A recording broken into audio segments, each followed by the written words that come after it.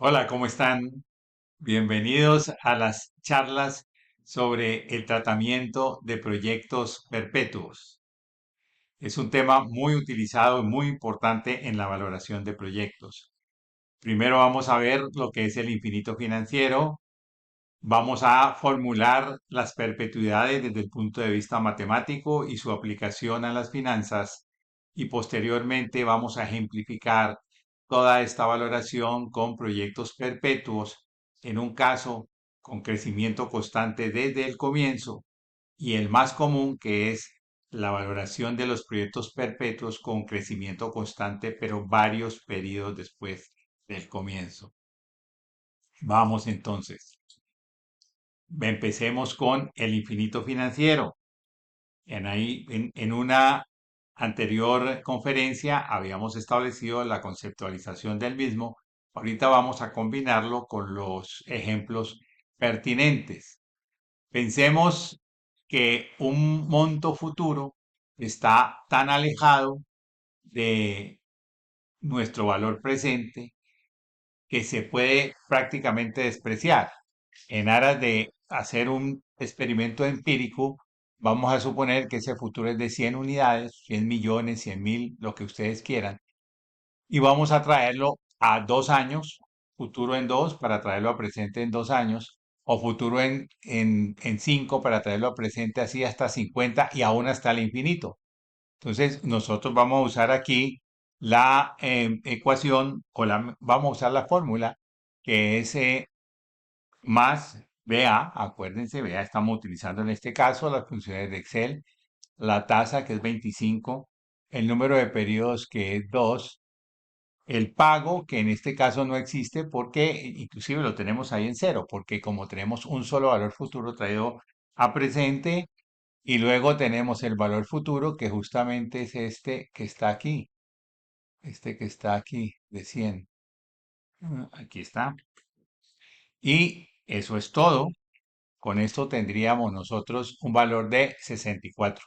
Como queremos colocarlo sin el signo, pues vamos a colocarle aquí que el valor futuro es negativo para que cuando él cambie el signo nos dé lo que nosotros queremos, que es precisamente el valor equivalente como tal. Entonces llevamos hasta los 50 años y luego, si nosotros queremos mirar cuánto sería en el infinito, aquí tenemos una fórmula. Acuérdense que el valor presente es el futuro dividido entre uno más i a la n. Cuando n tiende a infinito, pues este denominador se hace infinito, por lo tanto, este valor necesariamente es cero. Y entonces tenemos aquí la línea en donde se ve que rápidamente se vuelve prácticamente insensible este valor presente a esa distancia en periodos en tiempo en que está el valor futuro. Más o menos a partir del año 20, o mejor entre el año 20 y 25, se hace insensible. Es claro que aquí tenemos unos ceros que luego le sucederán unos decimales, pero eso ya se puede, digamos, despreciar desde el punto de vista empírico y podemos asumir que para fines prácticos un futuro tan lejano como unos 20 o 25 años, en este caso, estaría en el infinito financiero. Si nosotros inclusive hacemos el mismo ejemplo con el caso de una alícuota, aquí tenemos la alícuota de 100, ya no solamente un valor futuro, sino una serie de alícuotas o cuotas fijas. Copiamos aquí la fórmula y aquí dos alícuotas, una a un año de 100 y otra a otro año de 100. Ahí nos darían un valor presente de 144 y si la extendemos, vemos que esto se va acercando asintóticamente a 400. De hecho, esta fórmula que la vamos a ver más tardecito es que el valor presente de una alícuota perpetua en el infinito es a sobre i. En este caso, la vamos a colocar como esta alícuota dividido entre la tasa y eso nos daría justamente 400. Fíjense que en este caso también, a partir del año 20 o entre el año 20 y 25, tenemos esa forma asintótica. O sea que aún teniendo una serie de valores fijos, cuotas fijas en el futuro, cuando lleguemos ese tiempo, se puede despreciar su incidencia sobre el valor presente. Aquí en la otra pestaña podemos mostrar el ejemplo que hicimos, pero ya no con una tasa del 25, sino del 10, como es el normal en países que utilizan divisas, por ejemplo, en el Estados Unidos con el dólar, Europa, tienen tasas mucho más pequeñas que las nuestras. Y bueno, esto también tiene una teoría detrás, que es la teoría de la paridad internacional de las tasas, en fin, pero de eso no vamos a tratar ahora. Fíjense que si es más pequeño el interés, pues obviamente la asintoticidad se da posteriormente. Acá tenemos como 40 años en ambos casos, cuando para nosotros con 25% de tasa tendríamos justamente los 25 años. Bueno, quedémonos con esta definición empírica para aceptar que si nosotros tenemos un proyecto que va a más de 25 años, lo podemos considerar prácticamente un proyecto perpetuo, porque de ahí para allá, digamos, si fueran montos constantes, podrían ser ignorables, despreciables para traerlos a valor presente. Estos modelos de perpetuidad en términos matemáticos se pueden fácilmente deducir cuando tenemos la fórmula de gradiente geométrico que ya la vimos y la referimos en alguna bibliografía en la charla anterior, pues tenemos esta forma para cualquier n, ¿cierto? Para cualquier n. Bien, este es el valor presente de un gradiente geométrico que va creciendo al ritmo j por ciento, cuota por cuota. En general, para n periodos tenemos esta fórmula. Ahora, si j es menor que i, o sea, el crecimiento es menor que la tasa de interés periódica, y además vamos a trabajar al infinito, miren lo que sucede. Matemáticamente, i más j es menor que, perdón, uno más j es menor que uno más i. ¿Por qué? Que j es menor que i. O sea, digamos que esto sea j 5% anual y 10% anual, 1,05 es menor que 1,10, por lo tanto, ese cociente me daría menor que 1. Y cuando n tiende a infinito, ese cociente elevado a la infinito tiende a cero. Recuerden, un punto 9 por un punto 9 me da punto 81, por un punto 9 punto 73, y así cada vez que me multiplique por n periodos, pues se va haciendo más pequeño, y cuando n tiende a infinito tenderá a cero, o sea que este término lo vamos a poder eliminar porque va a ser cero. Entonces nos queda finalmente que el valor presente es esta parte b sobre j menos i, por lo que está entre los corchetes, que es menos 1, y esto me daría finalmente esta expresión de aquí. Porque el menos 1 me cambiaría cualquiera de los términos, numerador o denominador, en su signo. Quiero cambiar el denominador para que me quede mucho mejor presentado, ya que vamos a aceptar que i es menor y es mayor que j, o sea, la tasa es mayor que el crecimiento. Entonces nos quedamos con esta situación. Si j es menor que i y n tiende a infinito, el valor presente de una perpetuidad en gradiente geométrico nos da prácticamente b, primera cuota, sobre i menos j. Miremos que si j es cero, entonces este denominador se convierte en i y el numerador no va creciendo, va quedando constante, y al quedar constante, pues queda como una a, una cuota fija. Al final vamos a tener estos modelos de perpetuidad donde el valor presente de una cuota fija sería a sobre i cuando n tiende a infinito, recordando que la cuota fija empieza desde el momento 1 hasta el infinito y el valor presente está en el momento cero. Igual, cuando tenemos nosotros acá la perpetuidad del gradiente geométrico, el valor presente está en el momento cero y la primera cuota está en el momento 1. Y por último, tendríamos que, digamos, comentar un poquito por qué J, que es el crecimiento, va a ser menor que la tasa de oportunidad.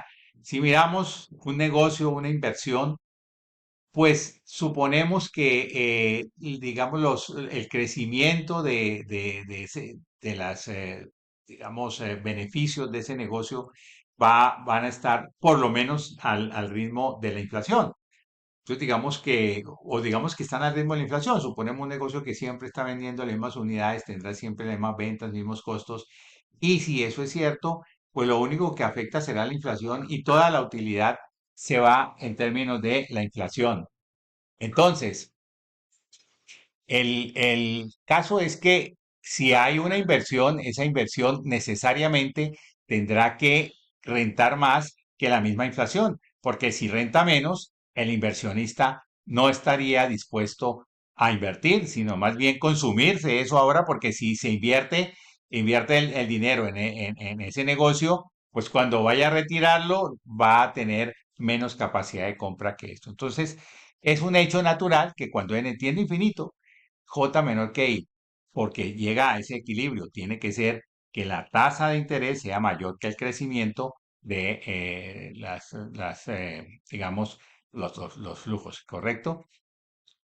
Puede que en el corto plazo no. Entonces, cuando n no tiende a infinito, pues podemos tener casos en los que j sí es mayor que i en algún momento o en algunos periodos y no hay ningún problema. Pero en el equilibrio financiero, siempre el inversionista necesita, para tener esa inversión allí, que su rentabilidad le dé un poder adquisitivo adicional.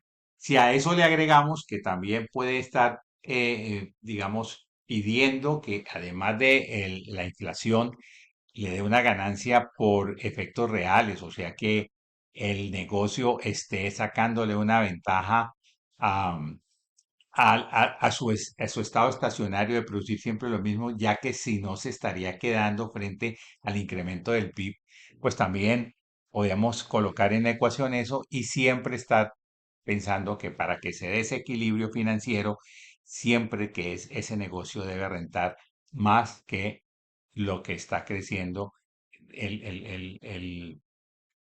digamos, el flujo de fondos que se tiene allí, que estaría conectado con la inflación y aún con el crecimiento del PIB.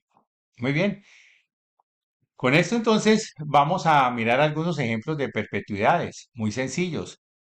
Tenemos que este señor, Eloy Rico, ha ganado una póliza de capitalización que le ofrece entregar el premio en una de dos formas: una cuenta vitalicia, una renta vitalicia de 1 millón por año o un único monto hoy.